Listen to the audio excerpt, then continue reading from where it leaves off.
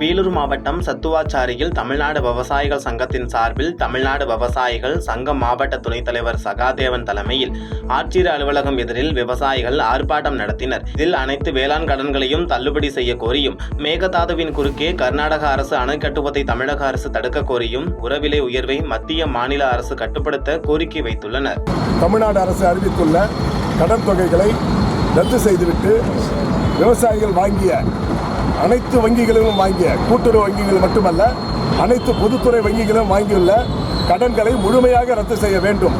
தமிழக தவேக ஜோசப் விஜய் அரசு தேர்தல் கால வாக்குறுதி அளித்தபடி 5 ஏக்கருக்கு உள்ளாக இருக்கக்கூடிய அனைத்து விவசாயிகளுடைய பொதுத்துறை வங்கிகளில் கூட்டுறவுத்துறை வங்கிகளில் வாங்கியுள்ள அனைத்து கடன்களையும் ரத்து செய்ய வேண்டும். திருச்சியில் உள்ள ஒருங்கிணைந்த நீதிமன்ற வளாகத்தின் அதிகாரப்பூர்வ மின்னஞ்சல் முகவரிக்கு மர்ம நபரிடமிருந்து நீதிமன்ற வளாகத்திற்குள் சக்தி வாய்ந்த வெடிகுண்டுகள் வைக்கப்பட்டுள்ளதாக மிரட்டல் விடுக்கப்பட்டிருந்தது. தகவல் அறிந்த திருச்சி வெடிகுண்டு கண்டறிதல் மற்றும் செயலெடுப்பு பிரிவு அதிகாரிகள் சம்பவ இடத்திற்கு விரைந்து சோதனை மேற்கொண்டனர். இந்த மிரட்டல் வெறும் வதந்தியா அல்லது சதியா என்ற கோணத்தில் சைபர் கிரைம் போலீசாரின் உதவியுடன் தீவிர விசாரணை நடத்தப்பட்டு வருகிறது. கள்ளக்குறிச்சி மாவட்டம் கல்வராயன் மலையில் கள்ளச்சாராயம் அருந்தி கடந்த 2024ஆம் ஆண்டு 65க்கும் மேற்பட்டோர் உயிரிழந்ததால் சிறப்பு அதிரடிப்படை போலீசார் கல்வராயன் மலையில் தீவிர சாராய சோதனையில் ஈடுபட்டனர். தற்போது ஆட்சி மாற்றத்தால் மீண்டும் சத்தியமங்கலம், பன்னாரி உள்ளிட்ட பகுதிகளில் பணியாற்றி வந்த சிறப்பு அதிரடிப்படை வீரர்கள் சுமார் 25க்கும் மேற்பட்டோர் கல்வராயன் மலையில் மீண்டும் தீவிர சாராய சோதனையில் ஈடுபடுவார்கள் என தெரிவித்துள்ளனர். விழுப்புரம் மாவட்டம் திருக்கோவிலூர் அருகே விவசாயிகள் மற்றும் பொதுமக்களின் நீண்ட நாள் கோரிக்கையான நேரடி நெல் கொள்முதல் நிலையத்தை திருக்கோவிலூர் அதிமுக சட்டமன்ற உறுப்பினர் பழனிசாமி திறந்து வைத்தார். இந்த நிகழ்வில் திருவெண்ணைநல்லூர் தெற்கு ஒன்றிய கழக செயலாளர் ராமலிங்கம் உள்ளிட்ட கழக நிர்வாகிகள் மற்றும் பொதுமக்கள் கலந்து கொண்டனர். ஈரோடு மாவட்டம் வீரப்பன்சத்திரம் பகுதியை சேர்ந்த ஐஸ்வர்யா தனியார் கல்லூரியில் படித்து வரும் நிலையில் பருவத் தேர்விற்கு தேர்வு கட்டணம் செலுத்த பெற்றோரிடம் பணம் கேட்டபோது பணம் இல்லை என்று கூறியதால் மனமுடைந்த மாணவி காவிரி ஆற்றில் குதித்து தற்கொலை முயற்சி மேற்கொண்டார். அப்போது மீன்பிடித்துக் கொண்டிருந்தவர்கள் துரிதமாக மீட்டு சிகிச்சைக்காக ஈரோடு அரசு மருத்துவமனையில் அனுமதிக்கப்பட்டார். இது குறித்து கற்கல்பாளையம் போலீசார் விசாரணை நடத்தி வருகின்றனர். தென்காசி மாவட்ட ஆட்சியர் அலுவலகம் கூட்டரங்கில் நடைபெற்ற திங்கட்கிழமை மக்கள் குறைதீர் கூட்டத்தின் போது சுற்றுச்சூழல் மற்றும் காலநிலை மாற்றத்துறை அமைச்சர் டாக்டர் ராஜு ஆய்வுக் கூட்டத்தில் பங்கேற்பதற்காக மாவட்ட ஆட்சியர் அலுவலகத்திற்கு வருகை தந்தார். அப்போது மனு அளிக்க வந்த பொதுமக்களின் நடமாட்டத்திற்கு இடையூறு ஏற்படும் வகையில் சிலர் ரீல்ஸ் மற்றும் வீடியோக்கள் எடுப்பதில் ஈடுபட்டதால் எந்தவித இடையூறும் ஏற்படாத வகையில் தேவையற்ற கூட்டத்தை தவிர்க்கவும் அதிகாரிகள் ஒலிபெருக்கி மூலம் எச்சரித்தனர். செங்கல்பட்டு மாவட்டம் வண்டலூர் அருகே NPC ரீஜியனல் 2026 உடற்கட்டடக மற்றும் பிசிக்ஸ் சாம்பியன்ஷிப் போட்டி நடைபெற்றது. இதில் தமிழக வெற்றி கழகத்தின் பொதுச் செயலாளரும் அமைச்சருமான ஆனந்த் மற்றும் மனிதவள மேலாண்மை துறை அமைச்சர் சரத்குமார், செங்கல்பட்டு MLA தியாகராஜன் ஆகியோர் கலந்து கொண்டனர். தொடர்ந்து சாம்பியன்ஷிப் பட்டங்கள் அறிவிக்கப்பட்டு அவர்களுக்கு பரிசுகள் வழங்கி கௌரவிக்கப்பட்டது. நெல்லை மாவட்டம் அபிஷேகப்பட்டியிலிருந்து பள்ளி மாணவர்களை ஏற்றிக் கொண்டு வந்த ஆட்டோ பழையப்பேட்டை அருகே நாய் குறுக்கே வந்ததால் பள்ளி மாணவர்களை ஏற்றிச் சென்ற ஆட்டோ கவிழ்ந்து விபத்துக்குள்ளானதில் 2 மாணவர்கள் படுகாயமடைந்து மருத்துவமனையில் அனுமதிக்கப்பட்டனர். சம்பவம் குறித்து போக்குவரத்து புலனாய்வு போலீசார் விசாரணை நடத்தி வருகின்றனர். அரியலூர் மாவட்டம் தாப்பலூரில் 4 நாட்களாக குடிநீர் வழங்கப்படாததை கண்டித்து பொதுமக்கள் காலி குடங்களுடன் சாலை மறியலில் ஈடுபட்டனர். தகவல் அறிந்து வந்த மின்துறை, ஊரக வளர்ச்சித்துறை அதிகாரிகள் மற்றும் போலீசார் பேச்சுவார்த்தை நடத்தியதை தொடர்ந்து போராட்டத்தை கைவிட்டனர். இதனால் கும்பகோணம் ஜெயங்கொண்டம் சாலையில் அரை மணி நேரமாக போக்குவரத்து பாதிப்பு ஏற்பட்டது. செங்கல்பட்டு மாவட்ட ஆட்சியர் வளாகத்தில் செய்தி மக்கள் தொடர்புத்துறை சார்பில் நடைபெற்ற போதை விழிப்புணர்வு பேரணியை மாவட்ட ஆட்சியர் வீரப்பன் கொடியசைத்து துவங்கி வைத்தார். இதில் அரசு மற்றும் தனியார் பள்ளிகளை சேர்ந்த மாணவர்கள் கையில் போதை பழக்கத்திற்கு எதிரான பதாகைகளை ஏந்தியபடி போதைக்கு எதிரான முழக்கங்களை எழுப்பி பொதுமக்களுக்கு விழிப்புணர்வை ஏற்படுத்தினர். தூத்துக்குடி மாவட்டத்தில் அரசு நிர்ணயித்ததை விட பல மடங்கு கூடுதல் கட்டணம் வசூலிக்கும் தனியார் பள்ளிகள் மீது கடுமையான சட்ட நடவடிக்கை எடுக்க வேண்டும் என இந்திய மாணவர் சங்கம் வலியுறுத்தியுள்ளது.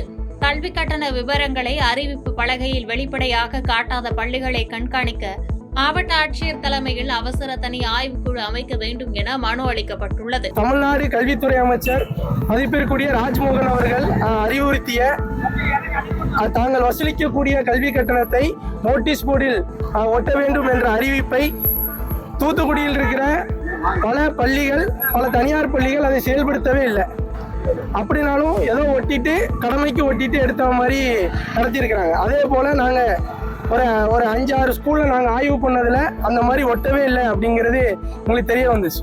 அதனால் எங்களுடைய கோரிக்கை மாவட்ட ஆட்சியர் தலைமையில் ஒரு ஆய்வுக்குழு அமைத்து தனியார் பள்ளிகள் மற்றும் உதவி பெறும் பள்ளிகளில் ஆய்வு செய்து அரசு நிர்ணயித்த கட்டணம் தான் வசூலிக்கப்படுகிறதா இல்லை அதைவிட அதிகமாக வசூலிக்கப்படுகிறதா என்று ஆய்வு செய்து அதிகமாக வசூலிக்கப்படும் பள்ளிகள் மீது கடுமையான நடவடிக்கை எடுக்க வேண்டும் என்று இந்திய மாணவர் சங்கம் தூத்துக்குடி மாவட்ட குழு சார்பாக கேட்டுக்கொள்கிறேன். விருதுநகர் மாவட்டம் ஸ்ரீவில்லிபுத்தூரில் புதிய அங்கன்வாடி மைய திறப்பு விழாவிற்கு சமூக நலத்துறை அமைச்சர் ஜெகதீஸ்வரி 1 மணி நேரம் தாமதமாக வந்ததால் அரசு அதிகாரிகள், பெற்றோர் மற்றும் குழந்தைகள் கடும் அவதிக்குள்ளாகினர். அரசு விழாவில் அமைச்சரை வரவேற்க தாவேக கட்சி பாடல்களும் சினிமா பாடல்களும் ஒளிபரப்பப்பட்டதோடு தொண்டர்களின் கூட்டத்தை கண்டு சிறு குழந்தைகள் பயந்து அழுததால் அப்பகுதியில் பரபரப்பு ஏற்பட்டது. நாமக்கல் மாவட்டம் எளச்சிபாளையம் ஒன்றியம் முனியப்பன் நகரில் கடந்த ஓராண்டாக முறையான குடிநீர் விநியோகம் இல்லாததால் 2 வாரங்களுக்கு ஒருமுறை மட்டுமே தண்ணீர் விநியோகிக்கப்படுவதாக பொதுமக்கள் குற்றம் சாட்டியுள்ளனர். இதனால் பணம் கொடுத்து தண்ணீர் வாங்கி அவதிப்படும் தங்களுக்கு உடனடியாக தடையில்லா தண்ணீர் வழங்க நடவடிக்கை எடுக்க கோரி மாவட்ட ஆட்சியரிடம் மனு அளித்துள்ளனர். எல்லாம் வேலைக்கு போயிட்டு வந்துட்டு அவங்க ஒவ்வொருத்தரும் அவங்களுடைய அன்றாட தேவைகளுக்கே இதா இருக்கிறப்போ வாரம் 1000 லிட்டர்னா 400 ரூபாய் வருதுங்க. இந்த மாதிரி ஒவ்வொருத்தரும் காசு போட்டு வாங்கி இந்த மாதிரி தான் நாங்க செலவு பண்ணிட்டு இருக்கிறதா இருக்கு. நாங்க போய் பஞ்சாயத்துலயோ இல்ல மத்த பிடிஓ கிட்ட நாங்க போய் எங்க போய் சொன்னாலும் அப்போதைக்கு எங்களுக்கு டெம்பரரியா எதுனாலும் சரி பண்றாங்களே தவிர எங்களுக்கு பர்மனன்ட் சொல்யூஷனே இல்லை. 1 வருஷமா நாங்களும் அங்க இங்க எங்கெங்கயோ நாங்க போன் பண்ணி சொல்றது இல்ல நேர்ல போய் பாக்குறது எது சொன்னாலும் சரிம்மா வந்து பாக்குறோம், உங்களுக்கு நாங்க இது ரெடி பண்றோம் அப்படிங்கிறாங்க. எங்களுக்கு எல்லா பக்கம் இருந்தும் பைப் லைன் போட்டு கொடுத்துருக்காங்க, ஆனா எங்களுக்கு தண்ணி மட்டும் வரல. சிறு குறு விவசாயிகளின் முழு கடன்களையும் தள்ளுபடி செய்வதாக கூறிவிட்டு தற்போது வெறும் 5000 ரூபாய் மட்டும் தள்ளுபடி செய்த அரசை கண்டித்து கடலூர் ஆட்சியர் அலுவலகம் முன்பு விவசாயிகள் நூதன போராட்டத்தில் ஈடுபட்டனர். அரசின் செயல் தங்களை ஏமாற்றும் விதமாக உள்ளதாக கூறி காதில் பூ சுற்றிக் கொண்டு போராடிய விவசாயிகளிடம் மனுவை பெற்றுக்கொண்ட வருவாய் அலுவலர் அதனை முதலமைச்சருக்கு அனுப்புவதாக உறுதியளித்தார்.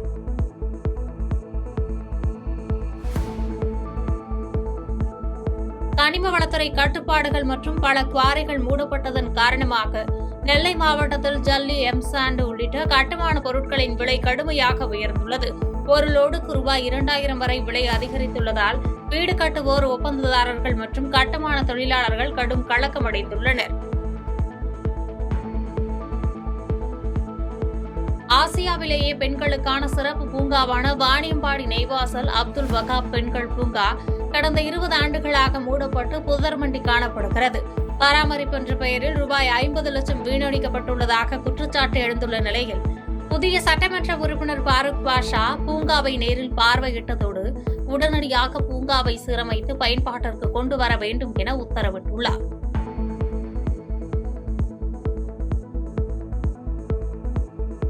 நீலகிரி மாவட்டம் உதகை அரசு மருத்துவக் கல்லூரி மருத்துவமனைக்கு வரும் ஏழை மக்களின் நலன் கருதி வளாகத்திற்குள் அம்மா உணவகம் அமைக்க கோரி இந்து முன்னணி சார்பில் மாவட்ட ஆட்சியரிடம் மனு அளிக்கப்பட்டுள்ளது. மேலும் வண்டிப்பேட்டை பகுதியில் பொதுமக்களுக்கும் பெண்களுக்கும் இடையூறாக இருக்கும் அரசு மதுபான கடையை உடனடியாக மூட வேண்டும் என அந்த மனுவில் வலியுறுத்தப்பட்டுள்ளது. அந்த புதுசா வந்திருக்கிற அரசாங்க முதலமைச்சர் ஜோசப் விஜய் அவர்கள் என்ன சொல்லியிருக்காங்கன்னா, அம்மா உணவகங்கள்லாம் புதுப்பிச்சு மக்களுக்கு முறைப்படியான கம்மி விலையில் மலிவான விலையில் உணவு கொடுக்கறது நாங்கள் செய்வோம்னு சொல்லியிருக்காங்க. அதனால் நீலகிரி மாவட்டத்தில் ஏற்கனவே இங்கே பழைய ஐயப்பன் கோயில் பக்கத்தில் இருக்கிற ஹாஸ்பிட்டல் அம்மா உணவு நடைபெற்று இருந்தது. இப்போ ஹாஸ்பிட்டல் கவர்மெண்ட் ஹாஸ்பிட்டல் பெங்கர் போஸ்ட் பக்கத்தில் போயிடுச்சு. அங்கே என்ன பிரச்சனைனா, நிறையா மக்கள் கிராமத்துலேருந்து வர்றாங்க. அங்கே ஒரு அதாவது அரசியல் பிரமுகர் ஒருத்தர் வந்து கடையை டெண்டர் எடுத்து நடத்திட்டு இருக்காரு. ஒரு சாப்பாடு 80 ரூபா 100 ரூபா அந்த ரேட்டில் கொடுக்குறாங்க. அதனால வந்து அங்கே மக்கள் வந்து சாப்பிட முடியாத சூழ்நிலை இருக்கிறதுனால இந்த அம்மா உணவகத்தை இடமாற்றம் பண்ணி அந்த இடத்துல வந்து அம்மா உணவு ஓப்பன் பண்ணாங்கன்னா நல்லா இருக்குன்னு சொல்லி இந்த அரசாங்கத்துக்கு நம்ம இந்து முன்னணி சார்பில் கோரிக்கை வைக்கிறோம். நாமக்கல் மாவட்டம் ராசிபுரம் வி நகர் பட்டணம் சாலையில் வெறும் 5 மீட்டர் இடைவெளியில் செயல்பட்டு வரும் 2 டாஸ்மாக் கடைகளை உடனடியாக அகற்றக் கோரி பொதுமக்கள் மாவட்ட ஆட்சியரிடம் மனு அளித்துள்ளனர். மருத்துவமனை மற்றும் வழிபாட்டு தலங்களுக்கு அருகில் உள்ள இந்த கடைகளால் மதுப்பிரியர்களின் ரகளை அதிகரித்து பெண்கள் மற்றும் மாணவிகள் அச்சத்துடன் செல்லும் நிலை ஏற்பட்டுள்ளதாக புகார் எழுந்துள்ளது. அரியலூர் மாவட்டம் கோட்டியால் கிராமத்தில் கோவில் மற்றும் பள்ளிக்கு செல்லும் வழியில் உள்ள அரசு டாஸ்மாக் கடையை மூட வலியுறுத்தி 50க்கும் மேற்பட்ட பெண்கள் குழந்தைகளுடன் முற்றுகை போராட்டத்தில் ஈடுபட்டனர். இந்த கடையை உடனடியாக மூடாவிட்டால் அடுத்த கட்டமாக பொதுமக்களை திரட்டி சாலை மறியல் போராட்டம் நடத்தப்படும் என போராட்டக்காரர்கள் அரசுக்கு எச்சரிக்கை விடுத்தனர். ஸ்கூல்ல என்னங்க சார் ஆகும்? ஒவ்வொரு நாளும் பிள்ளைங்களை ஸ்கூலுக்கு அனுப்பிச்சு விட்டு ஐயோ போற வழியா இருக்க ஒயின் ஷாப் இருக்கு, குடிகாரா இருக்கா, பிள்ளை என்ன ஆகுமோ ஏதாகுமோ எங்க வயிற்றுக்குள்ள நெருப்பு கட்டிட்டு நாங்க உட்காந்துருக்கோம். ஒவ்வொரு நாள் பொண்ணை பத்தி எங்களுக்குலாம் எவ்வளவு கஷ்டமா இருக்கு சார். அதோட வீட்டுல சுத்தமா நிம்மதியே இல்லை. எதுவா இருந்தாலும் ஒரு சின்ன ஒரு வார்த்தை சொல்லிட்டு அதை வச்சு பிடிச்சி ஒம்பெடுத்துட்டே பிரச்சனையாவே போயிட்டு இருக்கு. அதோட வந்து இது கண்டிப்பா மூடியே ஆகணும் சார். இதுல நாங்க எத்தனையோ மனு கொடுத்து பார்த்துட்டோம், எவ்வளவோ பண்ணி பார்த்துட்டோம். ஆனா அது மூட மாட்டேங்கிறாங்க. இது என்ன காரணம்? இவங்க வருமானம் கரெக்ட் அது கவர்மெண்ட்டுக்கு மட்டும் வந்தா போதும். அப்ப நாங்க சம்பாரிச்சு கொண்டு வந்து இந்த வருமானத்தை கவர்மெண்ட்டுக்கே கொடுத்துட்டா அப்ப நாங்க எப்படி சாப்பிடுறது? நாங்க எப்படி எங்க பிள்ளைங்களை படிக்க வைக்கிறது? எங்களோட வாழ்வாதாரம் என்ன வருது? எங்களுக்கு இதெல்லாம் பதில் சொல்லி ஆகணும். அரியலூர் மாவட்ட குறைதீர்க்கும் முகாமில் பொதுமக்களின் வரிசையில் நின்ற மாற்றுத்திறனாளியை கண்ட மாவட்ட ஆட்சித்தலைவர் மிருணாளினி நேரில் கீழே இறங்கி வந்த அவரிடம் கனிவுடன் மனுவை பெற்றுக் கொண்டார். மாற்றுத்திறனாளிகளுக்கான பிரத்யேக வழியை பயன்படுத்துமாறு அறிவுறுத்திய ஆட்சித்தலைவர் அவரின் தொகுப்பு வீடு திட்ட விண்ணப்பத்தின் மீது விரைந்து நடவடிக்கை எடுப்பதாக உறுதியளித்தார்.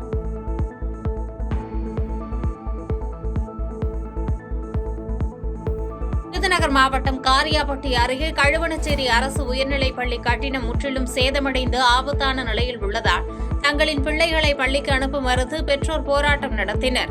அதிகாரிகளின் பேச்சுவார்த்தையை அடுத்து தற்காலிகமாக சமுதாய கூடம் மற்றும் தொடக்கப் பள்ளியில் வகுப்புகள் நடத்தவும் பழைய கட்டடத்தை இடிக்கவும் நடவடிக்கை எடுக்கப்பட்டதைத் தொடர்ந்து போராட்டம் கைவிடப்பட்டது. நாமக்கல் மாவட்டம் பள்ளிப்பாளையம் ராஜவீதியில் சட்டவிரோதமாக இயங்கும் முன்னாள் அதிமுக அமைச்சர் தங்கமணியின் சாய தொழிற்சாலையை இடிக்க கோரி 10 ரூபாய் இயக்கத்தினர் நாமக்கல் ஆட்சியரிடம் மனு அளித்தனர். ஆலையிலிருந்து சுத்திகரிக்கப்படாத சாய கழிவுகள் நேரடியாக காவிரி ஆற்றில் கலப்பதால் நீர் மாசடைந்து மக்களுக்கு நோய் பரவும் அபாயம் ஏற்பட்டுள்ளதாக அவர்கள் குற்றம் சாட்டியுள்ளனர். நாமக்கல் மாவட்டம் பள்ளிப்பாளையம் காவிரி ஆற்றிலிருந்து 50 மீட்டர் தொலைவில் முன்னாள் அமைச்சர் தங்கமணிக்கு சொந்தமான செங்கோட்டையின் சாயப்பட்டறை இயங்கி கொண்டிருக்கின்றது. கடந்த 15 வருஷமா இந்த சாயப்பட்டறை மிக பிரம்மாண்டமான அளவில் இயங்கி கொண்டிருக்கின்றது. இந்த சாயப்பட்டறையுடைய கழிவு நீர் எந்த வகையிலும் சுத்திகரிப்பு செய்யப்படாமல் நேரடியாக கால்வாய் மூலமாக காவிரி ஆற்றில் கலக்கின்றது. இது போன்ற சாயப்பட்டறைகள் பள்ளிப்பாளையத்தில் 100க்கும் மேற்பட்ட சாயப்பட்டறைகள் தங்கமணி ஆதரவோடு இயங்கி கொண்டிருக்கின்றது. இந்த சாயப்பட்டறை கழிவு நீரால் காவிரி குடிநீர் மிகப்பெரிய அளவில் பாதிக்கப்படுகின்றது. டெல்டா விவசாயிகள் இதனால் பாதிக்கப்படுகின்றார்கள். சென்னையிலிருந்து ராமநாதபுரம் வரை இருக்கக்கூடிய காவிரி குடிநீரை பாதிக்கக்கூடிய மக்கள் நேரடியாக பாதிக்கப்படுகின்றார்கள். புற்றுநோய் உள்ளிட்ட மிக கடுமையான கொடிய நோய்கள் இந்த சாயப்பட்டறை கழிவினால் ஏற்படுவதற்கு வாய்ப்பு இருக்கின்றது. டிராக்டர்களுக்கு ஜிஎஸ்டி மற்றும் சாலை வரியை ரத்து செய்ய வேண்டும், டீசலுக்கு முழு வரி விலக்கு அளிக்க வேண்டும் உள்ளிட்ட கோரிக்கைகளை வலியுறுத்தி தமிழ்நாடு விவசாயிகள் சங்கத்தினர் போராட்டத்தில் ஈடுபட்டனர். கோவை மாவட்ட ஆட்சியர் அலுவலகம் முன்பு டிராக்டர்களுடன் திரண்ட விவசாயிகள் மத்திய அரசுக்கு எதிராக முழக்கங்களை எழுப்பி தங்களது மனுக்களை அளித்தனர். உழவர்களுக்கு பயன்படுத்தக்கூடிய டிராக்டர்களுக்கு டீசலும் இலவசமாக வழங்க வேண்டும் என்று இந்த போராட்டத்தை இன்று முதல் நாடு முழுவதும் விவசாயிகள் துவக்கி இருக்கிறோம். இது வெற்றிகர வரைக்கும் எங்கள் போராட்டம் துவக்கிக் கொண்டே இருக்கும். நீங்கள் எங்கள் போராட்டத்துக்கு வருகை தந்து எங்கள் செய்தியை சேகரித்துக் கொண்டே இருங்கள். செவடன் காதில் ஊதிய சங்கு இல்லாமல் ஓங்கி ஒலிக்கிற குரலாக அரசுக்கு கிடைக்கும் என்பதற்காக இத்தகைய போராட்டத்தை முன்னெடுத்திருக்கிறோம். நெல்லை வண்ணாரப்பேட்டையில் உள்ள நகை கடையில் தங்கம் வாங்குவது போன்று நடித்து வெள்ளி நகைக்கு தங்க முலாம் பூசிய போலி நகையை மாற்றி வைத்து 5 சவரன் தங்கச் செயினை திருடிச் சென்ற தம்பதியினர் சிசிடிவி மூலம் கண்டறியப்பட்டனர்.